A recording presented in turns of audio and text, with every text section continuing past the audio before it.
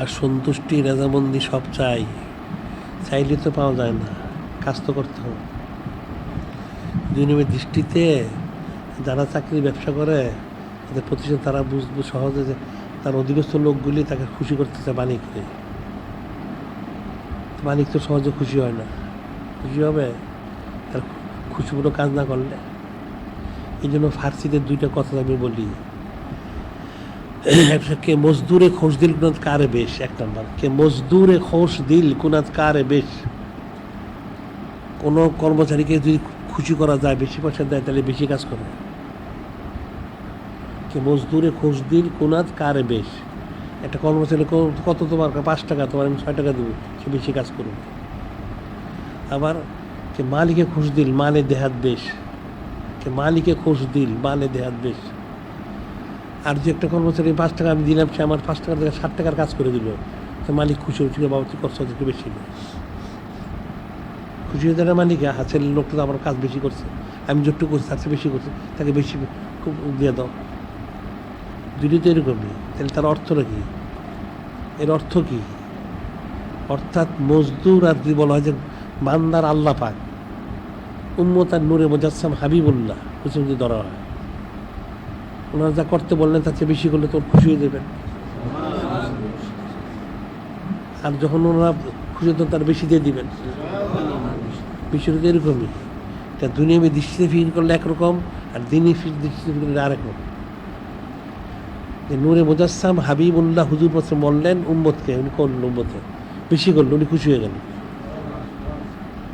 আবার ওনাকে করলে উনি খুশি হয়ে যাবেন, দুইটাই তো। বিষয়টা তো ফিকিরের বিষয়।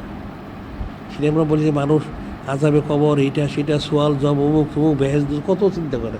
এটা কোনো চিন্তার প্রয়োজন নাই, কোনো চিন্তা প্রয়োজন। একটাই চিন্তা, সেটা হচ্ছে নূরে মুজাসসাম হাবিবুল্লাহ কিছু ওনাকে খুশি করা। কিন্তু মালিক ওনাকে খুশি করলে তাহলে আবার হেঁটে আসে কে? তার ক্ষমতা আছে না আসার?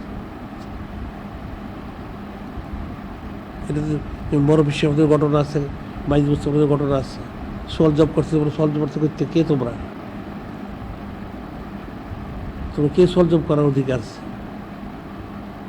22 বছর বললেন যে আপনি করতে কাজ 500 মাইল রাস্তা দূরের থেকে, 500 বছর রাস্তা। তা আমি তোমার তো 3 হাত দিতে রাখছি, তুমি আল্লাহ পাকে ভুলো না, আমি আল্লাহ পাকে ভুলবো কেন? হ্যাঁ, পালা গেছে। এই যে বিষয়গুলিতে এখানে হচ্ছে যে আসলে নিজমত পর্বতের বিষয়।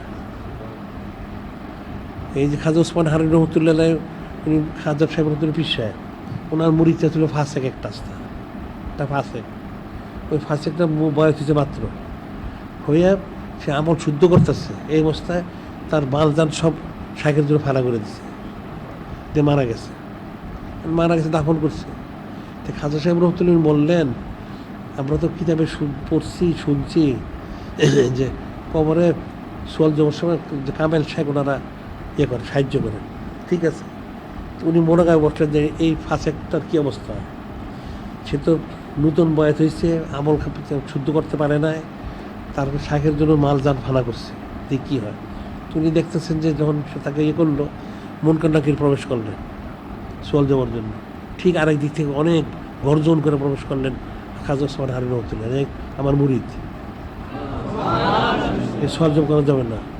তখন ফেরেশতা যেহেতু সে তার আমলে ত্রুটি ছিল, ওই ত্রুটি থাকুক, বের হয়ে গেল ফেরেশতা, আবার ফেরত আসছে। তার তো আমলে ত্রুটি থাকলেও সে আবার তার মাল জানার জন্য ফানা করছে, তার সোয়াল জম করা যাবে না। তখন আল্লাহ পাক নেতা করলে আমার বন্ধুর লোক, তো বেরো আসো, সোয়াল জব তো শেষ হয়ে গেল, কবর আযাব শেষ। তো ফয়সালা হইল কি? মালিকের সাথে নিজবোধ থাকলে চিন্তার তো কোনো কারণ নাই। তো মালিকের নিজবোধই তো মূল জিনিস। তার মানুষ এগুলি এত চিন্তা করে কেন? কিসের চিন্তা? কিসের কবর আযাব? কে দিব কবর আযাবটা? সোয়াল জব করবে কে? কার ক্ষমতা আছে করার? একটা ইনসান মানুষ তো এমনি আশরাফুল মাখলুকাত। আবার কুনতুম খায়রা উম্মাতিন, শ্রেষ্ঠ উম্মত আমরা। এখন নূরে মুজাসসাম হাবিবুল্লাহ হুজুর যদি নিজবোধ থাকে, তাহলে এখানে সুচারার সুযোগ কোথায়? এত চিন্তা তো কোনো কারণে, একটাই চিন্তা, যেভাবেই হোক নূরে মুজাসসাম হাবিবুল্লাহ ওনাকে খুশি করতে হবে। ওনাকে খুশি করতে পারলে বা স্যার কোনো চিন্তার আমার কারণ নাই, কেমন এত চিন্তা কিসে। আর যদি আমলের সব ভুল, শুদ্ধ টুদ্ধ কিছু নাই, আমলের শুদ্ধ আছে কোথেকে? শুদ্ধ আছে কিছু? নামাজে ভুল, রোজায় ভুল, হজে জাকাতে সব ভুল। দলে সবই আল্লাহ দলে শুদ্ধ আছে কারো? কোনো শুদ্ধ নয়, সব ভুল। অন্তর গালির যুক্ত, কোনো সন্দেহ, এটাও ঠিক আছে কিনা? বোকস রিয়া হাজার হিংসা অহংকার অন্তর পরিপূর্ণ, কোনো সন্দেহ, ঠিক আছে, আমরা সব মেনে নিব। আর আমল পাহাড় গুণা, এটাও মেনে নিলাম, কোনো অসুবিধা নেই। কিন্তু মালিককে সন্তুষ্ট করতে হবে। মালিক যদি সন্তুষ্ট হলে কিন্তু সব শূন্য। আর মালিক যদি সন্তুষ্ট না হন, পাহাড় নিয়ে গেল কাজ হবে না। হাদিস শরীফে রয়ে গেছে, এক ব্যক্তি 80 বছরের মধ্যে করছে নিখুঁত ইবাদত। সে ব্যক্তি মনে করো যে আমি জান্নাত ওয়াজিব আমার। তখন আল্লাহ পাক ওই ব্যক্তিকে নসিহত করার জন্য ফেরেশতা বলবেন, এক কাজ করো, তাকে একটু জাহান্নামের কিনারে ঘুরাই নিয়ে আসো। ঘুরে নিয়ে আসতে পিপাসা লাগবে, তো অনেক পিপাসা, তো পিপাসা লাগছে, পানি চাই। তোমরা আর পানি তুই পাবে করতে, আর পানিতে পাওয়া যাবে না, কারণ আমাকে দিতে পারি। 1 গ্লাস পানির বদলা হচ্ছে 80 বছরের আবাদত। সে বলে আমার তো 80 বছরের আবাদত আছে, তো ঠিক আছে, 1 গ্লাস পানি খাইল সে। তখন আল্লাহ তাহলে তোমার তো সব শেষ, এখন জাহান্নাম ওয়াজিব। তোমার তো 80 বছরের মতো শেষ হয়ে গেল 1 গ্লাস পানি দেওয়া, এখন জাহান্নামে যাও। তো আমাদের দিকে জান্নাত পাওয়া যাবে? কোনোদিন পাওয়া যাবে না। মহব্বতের দ্বারা পাওয়া যাবে, নিজবতের দ্বারা পাওয়া যাবে। তা আমল সব শূন্য। হ্যাঁ, আমরা কোশিশ করবো, আমরা নামাজ হজের কথা ছাড়বো না, আমরা সব করবো, জিকির ফিকির সব করতে হবে, এস্তাসিনে কোশিশ করতে সার্বিক। কিন্তু এটার উপরে ভরসা করা যাবে না।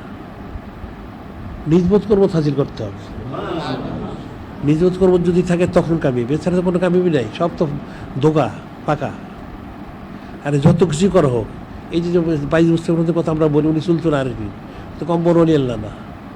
বড় বিশ্বের বললেন যে আমার কদম আউলিয়া কেন গর্দের ভেতর, উনি কবরের থেকে বলছেন যে আল্লাহ পাক বাজি দিতেছে, বড় অলি আল্লাহ কেউ আছে? এত সাহস ওনার? উনি বললেন ওনার কদম আউলিয়া কেন গর্দানের উপরে, এত সাহস উনি কোথায় পেলেন? আল্লাহ বলছেন উনি তো আমার হাবিব সাল্লাল্লাহু আলাইহি ওয়াসাল্লামের আওলাদ। উনি চুপ হয়ে গেলেন, কিন্তু এটা মানলেন না। সেই 22 বছর পর্যন্ত জ্ঞানে আল্লাহ পাকের সাক্ষাৎ, এখন কি আনছেন আমার জন্য? আমল তো সব ভুল, তো কি আনছেন? তৌহিদ। তৌহিদ লাইলাতুল আবার গেল কই? হ্যাঁ, বারে আরে লাইলাতুল আবারটা কি? আপনি রাতে ঠান্ডা দুধ পান করছিলেন, সকালে পেটে অসুখ হয়েছিল, আপনার মুড়িদের জিজ্ঞাসা করছে আপনার পেটে অসুখ হলে কী হবে? আপনার ঠান্ডা দুধে, তো তৌহিদ গেল কই? হ্যাঁ, এত বড় হলি আল্লাহ, আপনি নিচুপ হয়ে গেলেন। তো কিছু আছে কি মানুষের? সব শূন্য।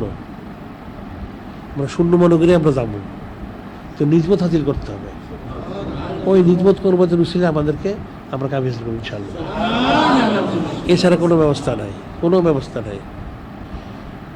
আর যেটা হাদিস রয়ে গেছে, হযরত কালী বলেছেন, জিজ্ঞাসা করেছেন আল্লাহ আপনি কিসে খুশি হন সবচেয়ে বেশি? তাহলে বলে আমার বিনয় প্রকাশ আমি খুশি হই।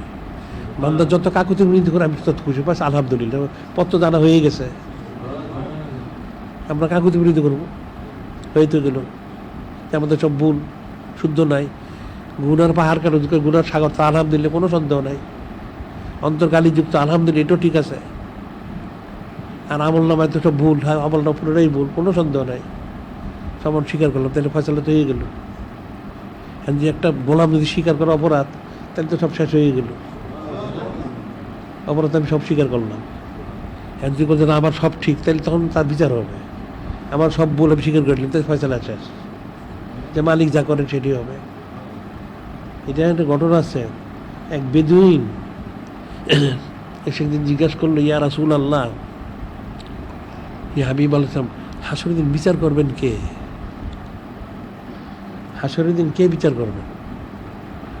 তো নূরে মুজাসসাম হাবিব বলে, কেন? এটা আমার জানার বিষয়। আল্লাহ পাক বিচার করবেন। বেদুইন হাসতে লাগলো, আরে এটা কি? বেদুইন হাসতে শুরু করলো। তুমি হাসো কেন? তুমি বললো যে আমি নিশ্চিত হয়ে গেলাম। কি নিশ্চিত হয়ে গেলাম? যে যদি আল্লাহ পাক বিচার করেন, তা আমার নাজাত কোনো সন্দেহ নাই। সুবহানাল্লাহ, আল্লাহ রহমান রহিম, গাফফার, সাত্তার। অন্য কেউ বিচার করলে আমার সন্দেহ ছিল, আল্লাহ যদি বিচার করেন আমি নিশ্চিত, আমার কোনো ভয় নেই। এই যে বিষয়টা, কিন্তু ফিকিরের বিষয়টা আছে। আল্লাহ রহমান রহিম, গাফফার, সাত্তার স্বীকার করলেই তো হয়ে গেল। অস্বীকার করলে তার শাস্তি হবে। কিন্তু আমি না অনেক কিছু হয়ে গেছি, তাহলে তোমার প্রমাণ করতে হবে। আর আমি শূন্যর পরে মাইনাসের পরে মাইনাস, কোনো অসুবিধা নাই। আল্লাহ আমার খুশি হয়ে ঠিক আছে, তো হয়ে গেল। তো বিষয়টা যেরকম, এখন মানুষকে নূরে মুজাসসাম হাবিবুল্লাহ ওনাদিকে রুজু করে দিতে হবে। ওদিকে রুজু করে দিলে বাস হয়ে গেলে আর দরকার নাই। সে ওনার খেয়ালে থাকবে সারাদিন, ওই নিজবোধ করবো ফায়স্তা উজ্জু ফাঁসবে। যেটা আমরা বলি যে একটা মাটির কোনো মূল্য নাই, মাটির মধ্যে গরু ছাগল কুকুর ইস্তেঞ্জা করে, এই মাটিটা যদি কোনো রকম নিয়ে একটা টুকরো হোক কম বেশি নূরে মুজাসসাম ওনার কোনো জিসিম স্পর্শ করানো যায়, এই মাটির সম্মান তাহলে কতটুকু হবে? আরো কিছু লোক হলাম বেহেশত এবং কাবা শরীফ থেকে কোটি গুণ বেশি ফজিলত রয়েছে। এই মর্যাদা কিন্তু কোনোদিন কমবে না, কোনোদিন কমবে না। তাই যদি হয় তাহলে একজন উম্মত যদি নিজ হাজির করতে চেষ্টা করে, তার ফজিলত তাহলে কী হবে? এক দিরাম খরচ করলে এক পাহাড় পরিমাণ স্বর্ণ হয়ে যায়, মেহমানদারি করলে বেশ তো আজিব হয়ে যায়, তাহলে বাকি রইল কই? তা তো পথ তো খোলা আছেই, তো মানুষের দিকে যায় না কেন? তোমার যে প্রত্যেকের যার নামাজ কালাম জিকির সে ঠিক মতন করো, আর নিজ মতো ঠিক রাখো, পাস হয়ে গেল। আর চিন্তার কোনো কারণ নেই। সে ব্যস্ত চিন্তা করে, দোজকের চিন্তা করে, এই চিন্তা করে আমার কী হবে? আমার তো এটাতে ফায়দা লাভ নেই, আমার তো ওনার সন্তুষ্টিটা দরকার। এই জিনিসটা ফিকির করতে হবে। তাই এটা করতে হলে তাহলে শুধু প্রচার করলে উনি খুশি হবেন, ওনার এই সমস্ত প্রচার করলে খুশি হবে, তেমন খুশি করা আমার দরকার। তাতে আমার সুন্দর প্রচার করতে হবে, মানুষকে ওনাদেরকে রুজু করতে হবে। বিষয়টা তো সবসময় কিবলাটা তার কোন দিকে, এই কিবলাটা ঠিক রাখতে হবে। মানুষের কিবলা হচ্ছে গায়রুল্লাহর দিকে, নাউজুবিল্লাহ, সেদিকে যাবে, কিন্তু মূল দিকে যাও, সেইটাই করতে হবে। কেন আমরা যে বলি সাইদ অনন্তকাল জারি করলাম, কেন জারি করলাম, কী দরকার? এটা জারি করার উদ্দেশ্যটা কি? নিজবোধ করবো হাসিল করা, যতটুকু হবে ততটুকু ফায়দা। তা মানুষ এই জিনিসটা বুঝে নেয়। আর চক্ষু খোলার বন্ধ হয়ে গেলে তার মালিকানা থাকে না। চক্ষু বন্ধ হলে কিন্তু মালিকানা থাকবে না। এই জন্য আসলে কেউ মালিক না, আসলে কেয়ারটেকার।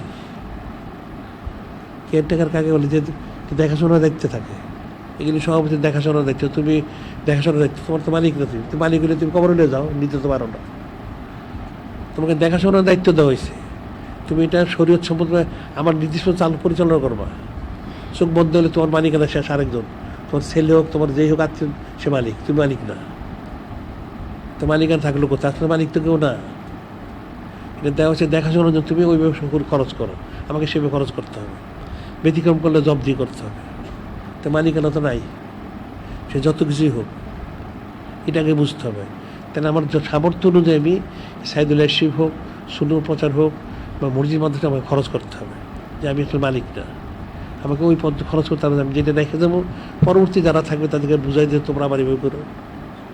যেমন আবুল বাসার সফিউল্লাহ, উনি আদম আল ইসলাম, উনি ওনার ছেলে বুঝাই দিচ্ছেন যে বাবা আমি এভাবে করে গেলাম, পরবর্তী সময় আপনি এভাবে করবেন। নসিহত করে দিয়ে গেছেন, প্রত্যেকে এইভাবে করে গেছেন। আসলে মূল নসিহতটা ছিল যে নূরে মুজাসসাম হাবিবুল্লাহ, ওনার শান মোবারকের বিষয়।